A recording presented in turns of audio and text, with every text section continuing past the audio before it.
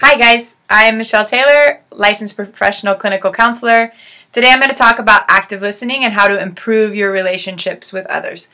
So the first thing that I want you to do is think about, how do you listen to others? How do you listen to your peers, your friends, your partner, your children, your boss? Or if you are a boss, how do you listen to the people who work for you? So active listening is actually a skill that you have to work on. It's something that I, as a therapist, have to continually work on because it doesn't come naturally. People generally want their voice to be heard, and you generally don't have the capability to listen. Some people are good listeners, but to be an active listener means you are engaged. So I'm going to give a couple of tips for you to be an active listener to whoever you want to be an active listener for. So the first and number one thing, if you take nothing else from this video, is to be curious.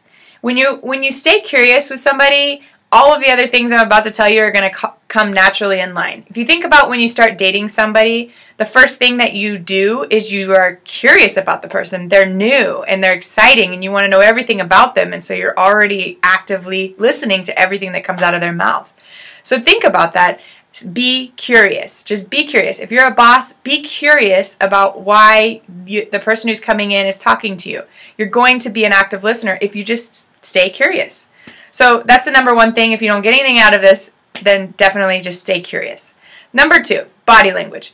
Body language is so important to have nonverbal cues to whether you're listening and you're actively engaged. If somebody's on their phone and they're kind of listening to you and they're also on their phone, your body language is saying, I'm kind of listening to you and kind of watching what's going on my phone.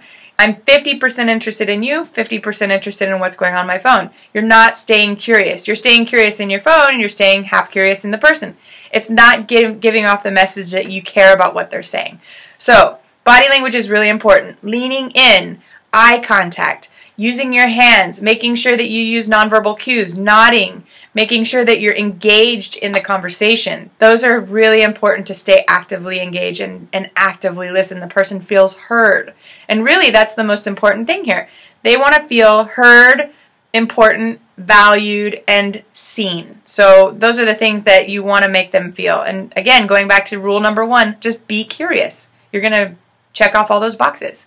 So then the third thing is you want to make sure that you use, you got to figure out what their basic emotion is. When they're telling a story or they're telling you something, I like to just go down to the basic four emotions, which is mad, glad, sad, fear. And if you can remember those four things, mad, glad, sad, fear, and while you're listening, you're actively engaged, you're staying with that person, you're sitting there going, okay, what are they feeling? Are they feeling mad? Are they feeling glad? Are they feeling sad? Are they feeling fear? An example would be with a little kid that comes up to you and says, oh, little Johnny stole my little toy, and I don't want to play with him anymore. Well, what do they first think about what they're feeling? You're staying curious, you're being actively engaged. Are they mad? Are they glad? Are they sad? Are they scared? So that's where you figure out if the little kid is mad, glad, sad, or scared. Mad, glad, sad, scared. And then the next thing and the last thing that you do after you figure out what their root emotion is you reflect that back to them and you check in with them. So you're sitting here, you're listening, you're actively engaged, you're using your body language, and you're saying, I'm listening to you, you're important to me right now. And then when you finally stop listening and you say something, you have to say, man, that sounds like you're really upset about this, so you're mad. Or, man, it sounds really sad that your friend took your toy, your favorite toy. Man, I don't know what I would do in that certain situation. That would be so hard. You must be so upset. So even if the kid comes back and says, I'm not upset, I hate that kid, they're not going to comprehend it as that they're upset. They might use a different word. But the fact is that you checked in with them and you're engaged with them and you're trying to meet somewhere where you're trying to understand them completely. The same goes for adults. Even if you were just to use mad or sad, you're saying, man, it must be sad.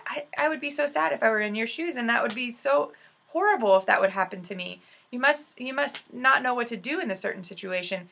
They're going to be just grateful that you're there with them and listening and being actively engaged in their story. and they'll let you know whether or not you're right or wrong. They'll say, oh, actually, I'm not really mad. I'm actually just kind of bummed out, you know. And, you know, it doesn't matter what the word is. The fact is that you're staying engaged and you're also giving them some cues that you're here with them. So, again, going back to the beginning, be curious. You don't even have to listen to the rest of the video. Just stay curious in the person, and all of those things will fall in line. Body language, make sure there's no distractions, and make sure that you use nonverbal cues like nodding your head and being engaged. And then get to the root emotion: mad, glad, sad, fear. And that's how you can improve your relationships all across the board and be a better active listener. So again, thank you so much for listening. You can come visit me at onlinetherapycalifornia.com and subscribe below. Thanks.